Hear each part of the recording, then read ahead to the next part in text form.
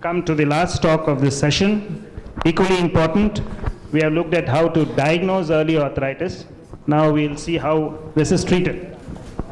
Dr. Chandrashekara, of course, needs no introduction. Dr. Chandrashekara, please.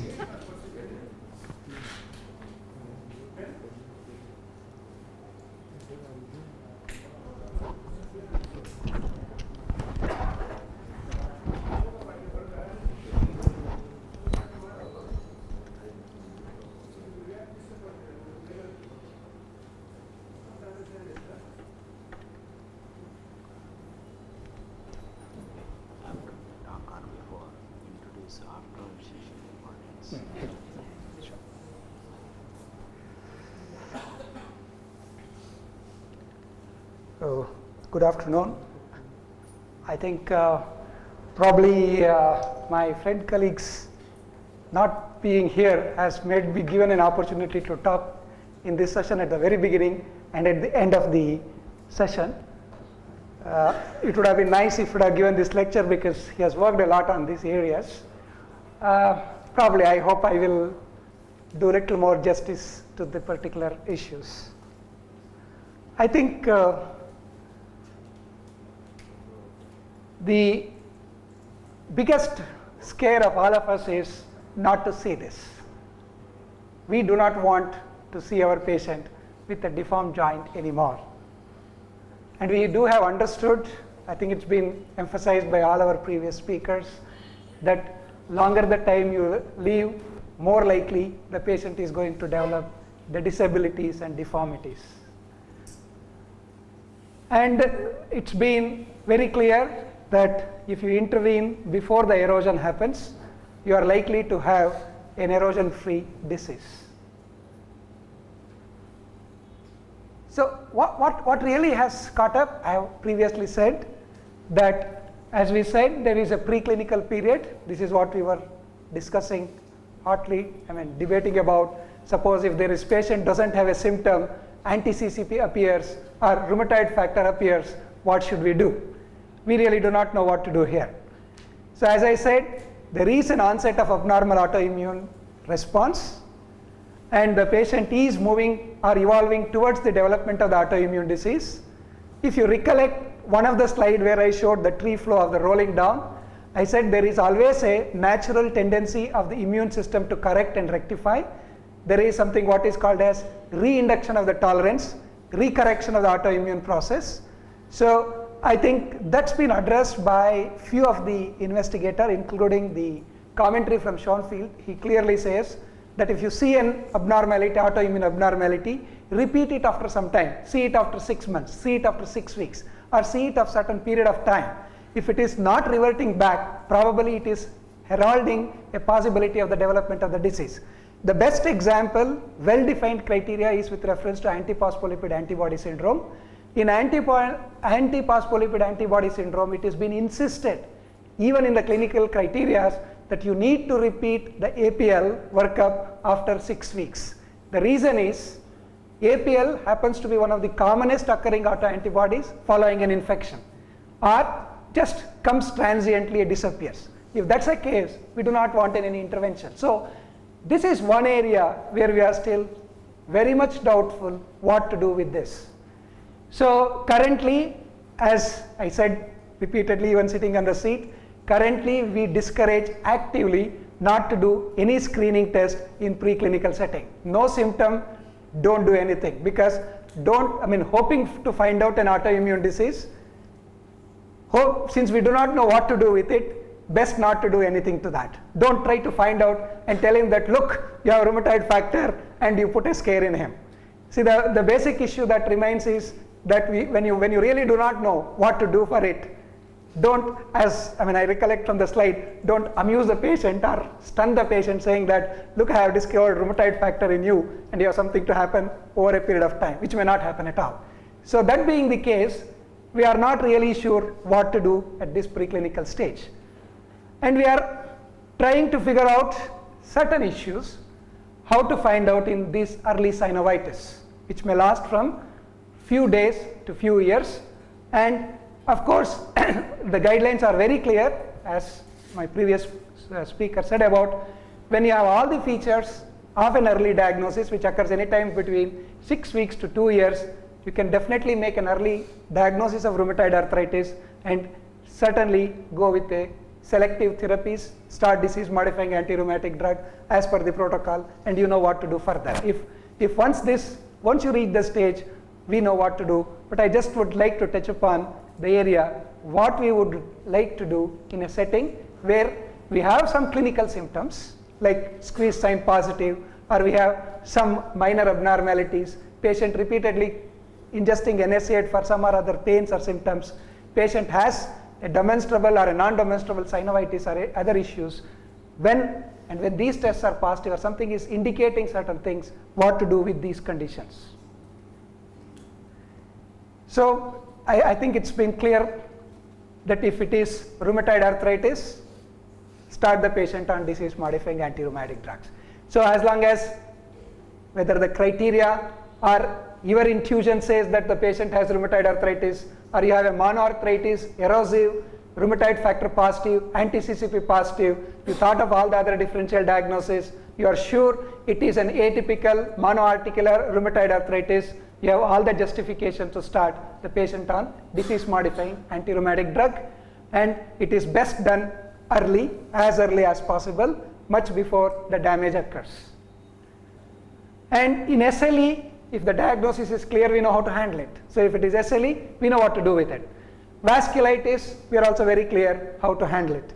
So all of them, if it is early, when you have committed a diagnosis, when you know what it is, and then the protocol becomes quite obvious how to run through the protocol.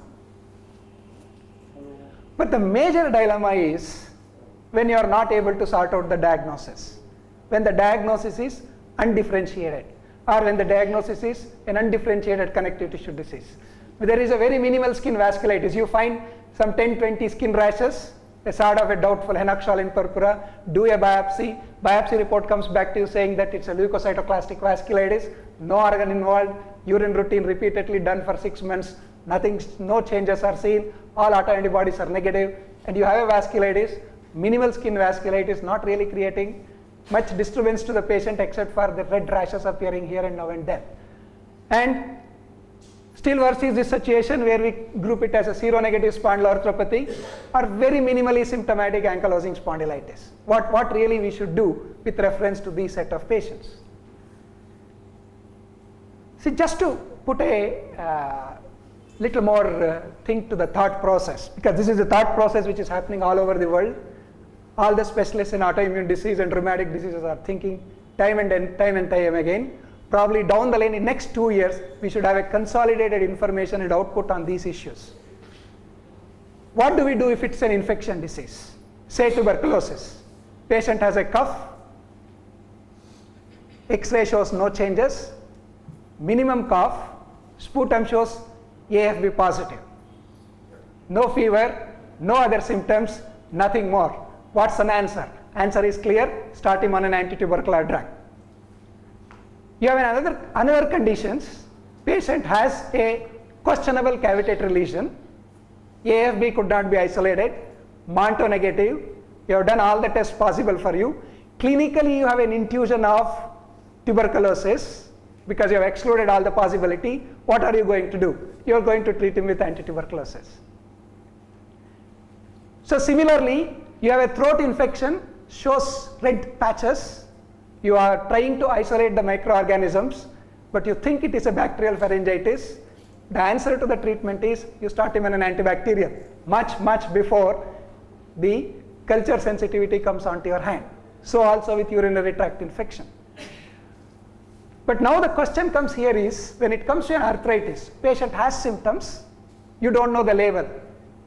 You don't know whether you call it as rheumatoid arthritis, you don't know whether to call it as psoriatic arthritis, you don't know whether you want to call it as a systemic lupus erythematosus or whatever so, because symptoms are incomplete. He has only ANA positive joint pain.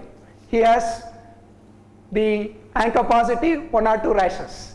He has rheumatoid factor positive, very mild pain. He comes on going and saying that I have a little pain here and there. Every day you see him. But clinically you are not able to push him or put him into a definite guidelines of rheumatoid arthritis. We defer treating at this point of time. We are trying to figure out from our studies and observations that this delay causes a lot. So because even in interstitial lung disease, as Dr. Jairaj put it across, you could see that earlier you detect, you are likely to get a better outcome. Earlier you intervene with immunosuppression, you are likely to get a better outcome. The reason I have already told you in my first lecture, because the disease process is allowed to mature. See, what would have happened if you had not treated a tuberculosis, the mycobacterium would have multiplied, would have involved entire of the lung, would have spread across. The same thing happens because here the cell in culprit is an immune regulatory cells, but the only problem is, here is two issues. Number one, it has a possibility of remission, self-limiting, which can also happen in tuberculosis. Mind you, there are tuberculosis which goes for a spontaneous resolution. You may find quite a good number of X-rays with a small nodules which is left over of an old tuberculosis which was never treated. And we now talk of an occult tuberculosis, especially we have come across with this after using biologics. Patient never had a tuberculosis, do a TB quantiferon, he is positive, give him a biologic, he comes up with a cavitary tuberculosis. So it's quite obvious that tuberculosis also goes for a spontaneous remission. But the only problem there is anti-tubercular drugs, we know the efficacy, we know the safety. The problem with immunomodulator and suppressants are, we are afraid. It's a very aggressive drug, the adverse reaction lists are too many. So these are the few dilemmas on which we are really confused about, we are really perplexed about what really we need to do when we land up in an undifferentiated state of arthritis, undifferentiated state of connective tissue disease, where we are not able to make a certain specific label or a syndrome that what we should call it and how to treat about it. Adding to this is one of the very interesting observations we need to see. This was published in 2002 from Early Arthritis of Leiden. If you look into a patient who walks in with an arthritis at the first point, and if you follow them for 2 years, possibilities are three. Either he can go for self-limiting, the disease may resolve, or may go for a persistent non-erosive. If it is persistent non-erosive, we need not really worry about this particular arthritis because our major concern is an erosive arthritis. Or the patient may go for a persistent erosive arthritis. What is the probability of this patient of 100 who walks in at this point of time?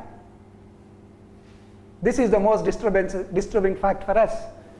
66% of that in this particular study had a self-remission. And only around 29%, that is approximately almost 30% of them went for a persisting but a non-erosive arthritis. And it's only the 5% who really developed persisting arthritis. So the question that remains is, if we introduce, are we over-treating an early arthritis which would have been self-limiting? But at the same time, in the same breath, in that 5% of patients, did we miss an otherwise treatable or a condition which could have gone for a remission?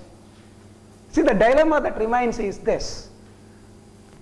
To get this in place, several studies are going on. We have a lot more guidelines, protocols which have come, which arthritis to be treated and how to identify them. Currently, there is a recommendation, it is worth to go through. It has been, of course, put in 2007 by EULAR group, and how to handle early undifferentiated arthritis. There are few recommendations. It is at best evaluated by an expert, so that the experience over a period of time should make him to sense that either arthritis to be called rheumatoid, psoriatic, or whatever the type of arthritis, so that we do not miss a possibility or an opportunity of picking up a rheumatoid arthritis. And the best method of choice, as it is put, is still the clinical examination. Examine clinically, try to find out whether there is a synovitis. If you are not convinced there is a possibility of a synovitis, look for either you can use ultrasound, power Doppler, or MRI to find out or get an evidence that there is a true synovitis, and the synovitis of erosive or non-erosive can be obtained at this point of time with ultrasound. And you need to exclude the disease other than what a rheumatoid arthritis can be, or you need to look into, even if it is not rheumatoid, whether it's erosive type or likely to evaluate like erosive, and a minimal test has been already put to you across, like in addition to anti-CCP rheumatoid factor, you may have to look into anti-nuclear antibodies and other possibilities of early arthritis. So it almost recommends that it's best to do anti-CCP, a radiologic for erosions, and in addition to ESR, CRP, and more so is a thorough clinical examination. This is an interesting recommendation. Suppose either because of the clinical suspicion or because of the presence of an antibody like anti-CCP, rheumatoid factor, or any other, even if the patient doesn't fit into a clinical criteria of calling it as a rheumatoid arthritis, and you still designate it as early inflammatory arthritis, they suggest to treat it as a possible developing erosive arthritis with disease modifying anti-rheumatic drugs. So one of the most important thing, as emphasized by Dr. Banwari Sharma, you need to educate the patient, you need to tell to the patients, because one of the questions asked by the audience in the previous, patient takes treatment for some time, then he disappears. What shall I do? See, the patient disappears basically because we were not able to convey it across to him. See, look, this is a possibility. Right now, I am not in a position to make a reasonable diagnosis. I still consider you may evolve or may not evolve into rheumatoid arthritis. As a preventive step, I have just put you on an NSAID or hydroxychloroquine. I would like to keep a watch. If things goes wrong, I would like to increase the strength of disease modifying anti-rheumatic drug. If things goes right, I would like to pull off the drug. So you can make and educate the patient across that what is your strategy and step. Patients do get convinced because they do understand what's the real thing what you're trying to do for him. So if you educate them, that this is one of the critical recommendation which says, educate the patient. Educating program should be taken care in coping up with possibilities, coping up with what may likely to happen and everything. NSAIDs should be considered, and in addition, a short dose of steroids if necessary, and disease modifying anti-rheumatic therapies to be started as you start in rheumatoid arthritis. Unless proved otherwise, if you think of ASLE or any other conditions, if it is only an arthritis, possible evolving of erosive arthritis is significantly high. These recommendations puts it, you can start as a part of disease modifying anti-rheumatic drug with an option to revise at any given point of time. So if you feel at any set point of time that it is less likely to be rheumatoid arthritis, pull off the disease modifying anti-rheumatic drug. See, what I was trying to say is that's what we now normally practice in tuberculosis. You think of tuberculosis, start the patient on anti-tuberculosis, look for a month or a month and a half, you don't find any response or you find something else, you withdraw the anti-tubercular drug and switch over to the drug whatever you find it specific. So the best what is likely, it is more or less like an expert opinion which suggests is start disease modifying anti-rheumatic drugs. The preferable drug they recommend methotrexate. We usually use hydroxychloroquine. But the logic in which they recommend methotrexate was that if it happens to be psoriatic arthritis or a spondyloarthropathies or a rheumatoid arthritis, methotrexate is one of the common anchor drug with all the three. If you look into psoriasis, hydroxychloroquine is not a drug of choice. If you look into a seronegative spondyloarthropathy, hydroxychloroquine is not a drug of choice. The common drug of choice is methotrexate. In otherwise, is best to use sulfasalazine. Sulfasalazine is one another drug which is common to all the three. So the aim is to achieve a remission, regular monitoring of the disease activity, adverse event and follow-up. And regarding the biologic agents, it's only when it is early and aggressive you need to look into that. In addition, non-pharmaceutical intervention like exercises and all other protocols has to be told about.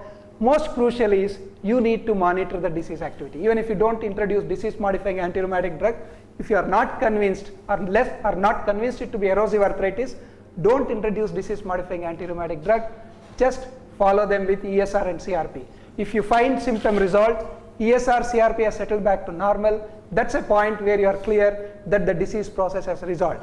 Say suppose patient has become asymptomatic, ESR, CRP are persistingly elevated, more likely the patient is in a clinically quiescent stage but immunologically active disease. He needs to be followed up. If ESR and CRP has not settled, and if you don't have an explanation for elevated ESR, CRP by otherwise, so you need to consider that patient to be still having an active disease process, not clinically active, and need to be seriously followed up till a resolution comes or he develops a syndrome from where you can start your treatment or treatment protocols.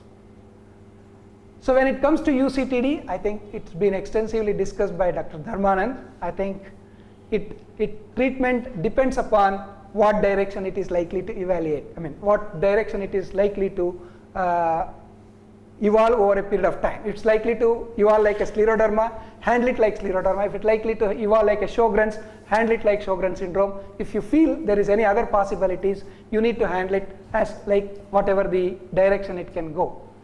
When you are not very certain, normally we use either hydroxychloroquine, a small low dose of steroids. But if there is any changes, especially lung changes or renal findings or any such changes, you need to have a specific plan with reference to these particular organ affected. Like if it is lung, best is to use either azathioprine or cyclophosphamide. Renal, best is to use cyclophosphamide and those combinations. Currently, we do not have much random clinical trial with reference to these undifferentiated connective tissue disease. The disease being reasonably less common compared to rheumatoid arthritis. We don't have much studies at this particular point of time to get into, and also there are no recommendation from any of the organizations, any of the recommending body how to handle undifferentiated connective tissue disease at this point of time.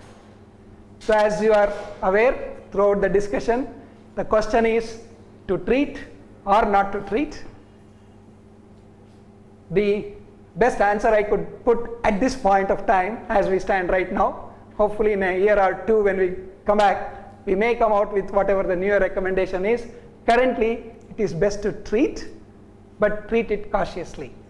The reason is, see, we have now clearly understood that by immunomodulator drug intervention, we can achieve a lot. Even in a condition where the disease process have half eaten up the tissue, you can save the rest of the half of the tissue. What we talk about if the fibrosis of the lung is 50%, if you are sure that in another 50% there is an active lesions, treat it with immunosuppressants. But if on the contrary, if the already 90% of the lung is damaged, you have no more scope to treat them with immunosuppressants, because hardly 10% more is left. The immunosuppressant toxicity is much higher than what you would have otherwise achieved in improving the 10%. One of the biggest dilemma with reference to connective tissue disease and autoimmune disease is we are little confused by what we should focus when we are trying to treat. This is another issue which is being addressed time in and time again. Just to tell you, I mean, there is a dilemma of confusion between the immunologist protocol versus a pulmonologist protocol with interstitial lung disease. What Professor Jairaj put was, these are the protocol what a pulmonologist prefers to follow, and that's the protocol which is recommended by American Thoracic Society. It is a protocol which is recommended by most of the pulmonology agencies which works on. If you look into the immunology societies and rheumatology societies, they talk of handling interstitial lung disease with an aggressive immunosuppressants. See, why there is a reason and a discrepancy. The reason and discrepancy is, see, if you look into a 30 to 40% fibrosed lung, and if you take pulmonary function test as your target of improvement, and if you look at DLCO improvement as a target of your improvement, probably you may not achieve much significant change. But if you look into another aspect of the disease, the progression of the disease over a period of time. If you say, I give X intervention, I would like to see what is the progression of the disease from point A to point B over the 3 to 5 years, adding immunosuppressant with a 50% damaged lung will give a significant improvement. So there is a difference in the way we are trying to look into the autoimmune disease processes. This particular data has confused us. We are at the current, we are in a time of transition. I can definitely tell you certain of the talk which you might have heard in our own update 9 years back is now stands irrelevant, because we are in a state of transition. There is a full roundabout which is going on when it is coming to the autoimmune disease management. We are now trying to relook at it, we should treat it early. We are now trying to look at it, we should handle it in a different manner. The way we are treating is probably, we are erred in some place in somewhere, because we are trying to look at in a syndromic approach. We want a label and then we want to treat it. Probably the disease is a process. The process is same whether it happens in a form of SLE, whether it happens of Sjogren's syndrome, which is little different from what it happens in rheumatoid arthritis. And if you look back, there are certain drugs which are common. Steroid is used almost in all the autoimmune disease. Azathioprine is used whether it's a primary interstitial lung disease, whether it's a connective tissue disease associated interstitial lung disease. Methotrexate is used whether it is psoriatic arthritis, rheumatoid arthritis, or arthritis associated with systemic lupus erythematosus. You have certain drugs which are in common, which can help and work out in a different disease and different syndrome what we are talking about, because the process remains the immunological process which is constantly deranged. So we need to figure out the derangement which is happening at that point of time and try to tackle it, because now we are in a state where we can definitely assess and try to work on that. So that's why probably at this point of time, as the recommendation stands, is you need to treat it as early as possible, but you treat cautiously. Don't go aggressive in using cyclophosphamide in early arthritis. Go with the minor drugs, slowly try to build on how to work on that. Thank you very much for patience here. The topic is open for discussion, questions.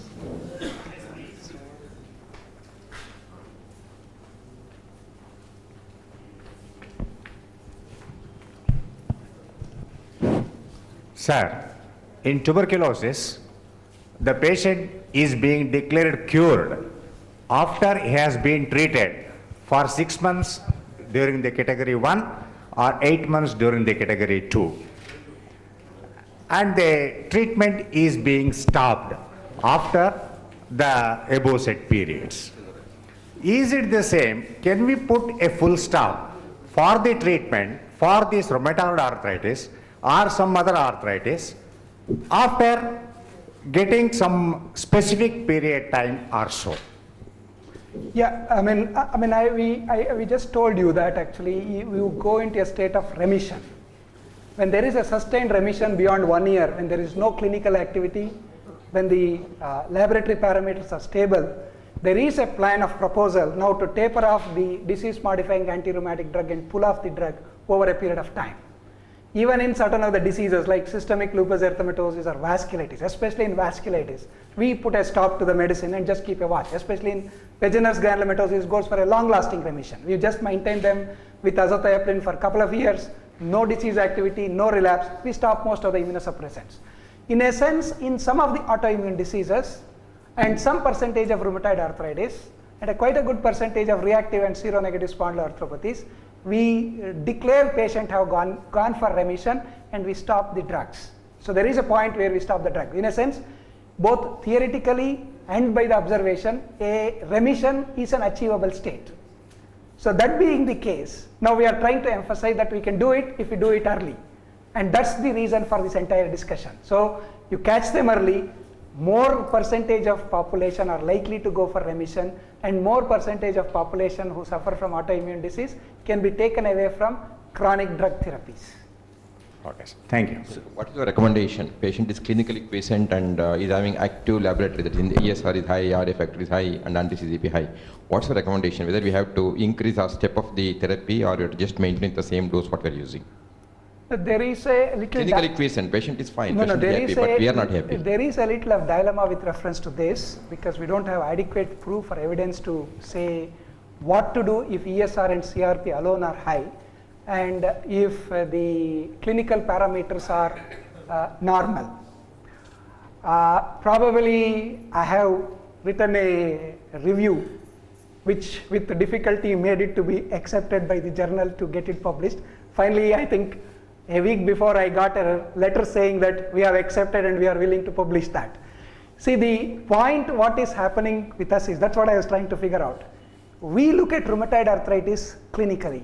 We always talk about tender joint count, we talk about the swollen joint count, we talk about the patient's pain, the patient's quality of life, and so on and so forth. And we normally somehow exclude talking about ESR and CRP. And even if you look into the way we measure rheumatoid arthritis, we give, even in the best of the measures which we use, the disease activity score, DAS score which we use, and even in the ACR core criteria where we try to measure about the disease improvement, we give only 10 to 20% representation to ESR and CRP. Time and again, many articles, many publications have said that even if the disease is quite clinically, patient may continue to develop erosions, may continue to develop the damage. So what is happening is we are being overruled by this particular observation. Clinically, patient is okay. Why do you want to do anything for him? There are studies which is already pulling you across to say that no, even the patient is clinically fine, he is getting an erosions because he has subclinical inflammatory activities. So there is a revision, they are trying to relook at it, that if that happens, we should treat or intervene. I mean, my whole argument is to put it that let's not get biased by what is visible, let's look into what is happening. What happens when ESR, CRP are high? If you are very clear that there is no other causes for a rise in ESR and CRP, because as you are aware, ESR and CRP can rise because of infection, ESR, CRP can rise for so many reasons. If you have excluded every other possibility, persistently if ESR and CRP are high, it definitely suggests that the disease activity is on and it is progressing. I personally feel it should be increased. And we are writing one more review on that. We have really analyzed more than around 186 patients, and we could figure out, even if the patient gets a very low disease activity where patient is comfortable, patient says my pain is 0, but we do find the patient to relapse if you don't achieve a CRP close to normal, ESR close to normal. In a sense, the disease is active. What is happening is apparently looks things are fine, and when it looks things fine, we are sleeping off. Probably that must be the reason why we are still seeing certain of the patient despite good disease modifying anti-rheumatic drug, despite the disease being under a good control, patient still developing deformity. You might have seen patient coming to you from last 3 years on methotrexate, hydroxychloroquine, leflunomide. Every visit he says, I am fine, I am doing okay, I am not taking painkillers. You see suddenly, if you see what it was his picture 3 years before and now, already some crooking and deformities is happening. So that's mainly because the disease is active. We are not proactively increasing the medicine, the disease modifying anti-rheumatic drug. I personally feel that it should be increased. I am trying to gather the evidence for it before I put it forward across entire rheumatology community till they accept it. Because now the thing is, unless you prove it, nobody is willing to listen to you. So we are just working on that area. This concept is known as treating to target. Okay, so we have now a criteria laid down where targets are laid, and the targets include joint counts and other things, and mandatorily include a ESR or CRP. So what he's saying is correct. But yes, as he said, it's a controversial thing. So you have not achieved remission if you have not achieved one of the components of the target, which is the ESR and CRP. So we cannot say that the patient has achieved remission. So by that definition, you would have to treat. If you want to bring it to target, and target is remission, okay. But as he says, he is going for raising but others would not be so ready. So a wire media at this juncture, which unless he presents more data, would be to keep a close watch on this patient, right? If he has absolutely no symptoms, you need to tell him that there is something in the blood which may presage. When that is going to happen, we don't know. So either you call him more frequently, which would be maybe once in 2 weeks or monthly, or tell him to report to you at the earliest if he has any early symptoms, so that you can jack up the demands. Sir, what is the... if you don't mind, please, Dr. Banwari, any comments on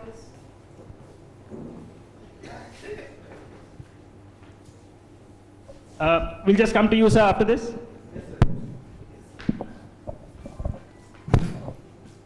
I do agree with you. Usually we wait and watch. We keep close observation on these patients. As far as I am concerned, I usually treat patient rather than the reports. We wait and watch, closely observe. But Dr. Chandrashekhar's finding is interesting. Yeah, I mean, you see, this coincides with what we are talking of treating to target. And when you have to achieve the target, these two parameters are important. If you don't achieve it, you have not achieved remission. Yes, please, sir. Sir, what is the role of hydroxychloroquine in chikungunya arthritis or any other viral arthritis? No, I mean, there are certain observations which do suggest that using hydroxychloroquine in chikungunya arthritis helps in reducing the symptoms, sparing the patient out of NSAIDs. And there is a little doubt because we couldn't have a controlled study which is reporting that hydroxychloroquine reduces the pain earlier than what it would have otherwise happened. But certainly using hydroxychloroquine, you can spare the patient from NSAIDs. Probably what we feel is that if you look into the toxicity of NSAID versus hydroxychloroquine is 10 times safer than NSAID. So that way you have an advantage of using hydroxychloroquine in chikungunya. But there is no proven proof to say that if you use hydroxychloroquine, the arthritis which would have troubled him for 1 year or 2 years is cut short to 3 months or 6 months. But there is a gross evidence to say that it can happen. But in a sense, I mean, we don't have a strong worked out study to say that yes, it does happen. So last point is dengue fever, it is suggested not to use NSAID. Any reason for that? Pardon? In dengue fever, they have advised not to use NSAIDs in treatment. Only paracetamol is advised. No, the reason is because one of the concern in dengue fever is thrombocytopenia. When you are worried of thrombocytopenia, no cyclooxygenase inhibitor drug should be used. The worry is a bleed. As far as rolling down into dengue hemorrhagic fever, NSAID may not play an active role. But the problem is that it may potentiate the problem because of the anti-platelet activities. Sir, a patient with rheumatoid arthritis can present to you at different timings, 0 to 5 years, 5 to 10 years, 10 to 15 and above 20 years. And the treatment options, that is the NSAIDs, disease modifying agents, analgesics, physiotherapy, surgery, how do you modify them accordingly depending on when they present, and what are the limitations of these drugs in the various stages of rheumatoid arthritis? Now, I mean, see, one of the area of our concern and confusion is this. See, the earlier it was always we talked about the pyramidal approach, what you were trying to put across. In a sense, earlier arthritis, start them with NSAIDs, then go for a minor disease modifying anti-rheumatic drug, and then go to the subsequent drugs. Actually, there is a very well organized study where they have tried 3 different methods of approaching these arthritises, rheumatoid arthritis, where you are established arthritis. One method is what we call as a step down approach, another method is what is called as a step up approach, another method is what is called as a sawtooth approach. What do we mean by step down approach is, to begin with, start them in 3 or 4 disease modifying anti-rheumatic drug. Once the disease starts coming under control, go on reducing the number of disease modifying anti-rheumatic drug to the best minimum where the disease is under total control. So that is what the target, what we are looking. So now the confusion is what should be the right target. So the target of DOS of 1.2 or a DOS of still lower, or should we exclude everything and talk of only CRP? My proposition, which was finally accepted, is I said throw away all those clinical features which are no more existing. Once the patient is out of clinical feature, now think of what you can measure. So don't confuse with DOS and all those things. So whatsoever, that's what the one approach. The second approach is what we call a sawtooth approach, the way you treat diabetes. So when the disease is more, give more drug. When the disease is less, bring down the drug. So you keep up and down. So there, the belief is the disease is like an diabetes, handle it like a diabetes. When it's up, increase. When it is down, decrease. The other one is a step-up approach. It still follows the old pyramid. Start with single drug, go on increasing if the patient is not responding. The frequency of visit is not in terms of month at that point of time. Frequency of visit should be at 3 weeks. Every 3rd week, call him. No respond, add more. No respond, add more drug, till you achieve a state of good control and maintain that drug for quite some time, and then pull out the drug one by one. When it comes to physiotherapy, etc., it depends on the or later disease. Physiotherapy, rehabilitation, replacement becomes the key for the things to put in place. So in a burnt out case with the deformities, these disease modifying agents and steroids, do they have a role to play? See, actually, no.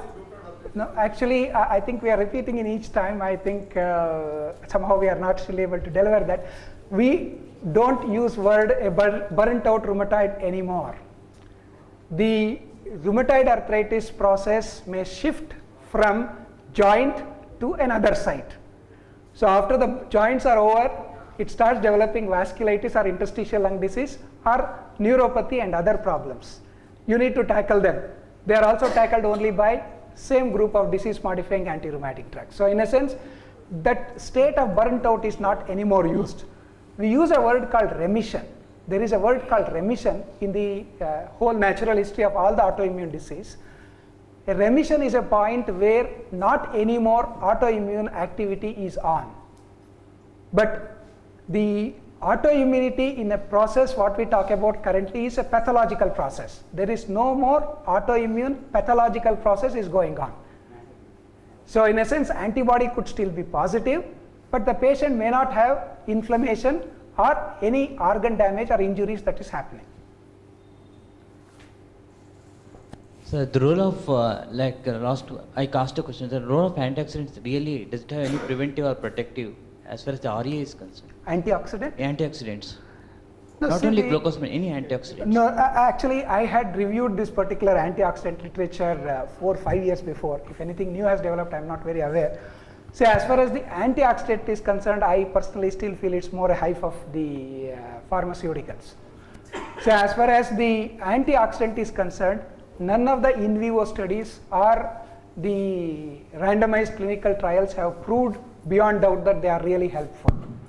The reason is the antioxidants that what we are trying to consume has been proved only in vitro tests that they really make a difference.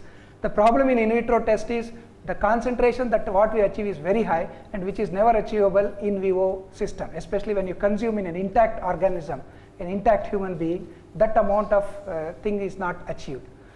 If you come to the inflammatory process that is happening, when there is a severe inflammatory process that is happening, the quantum of oxygen radical that is released, the quantum of nitric oxide and other oxidative process that is going on is so high that the amount of antioxidant you require is almost 100 times what you otherwise consume, which is impossible to administer, and we really don't know what happens if you give it so much.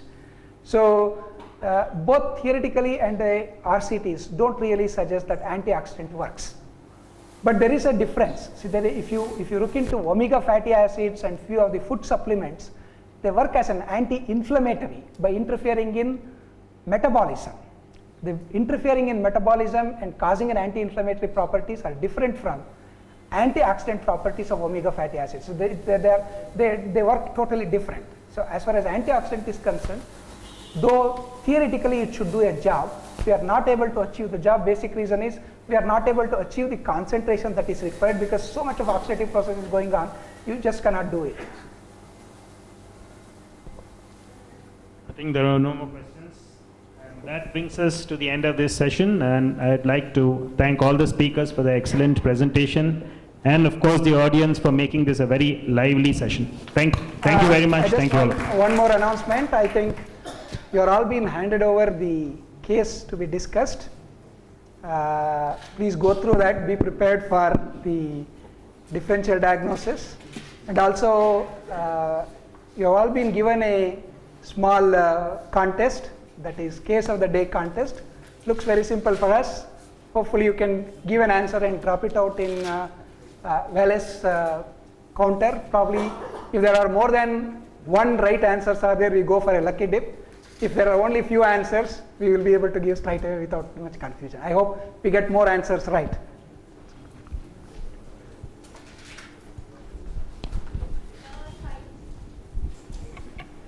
Now I kindly request Chairperson Professor Colonel Muralidhar Rao to thank the speakers on behalf of CRICR and hand over the memento. Dr. Banwari Sharma, rheumatologist and immunologist, Jaipur.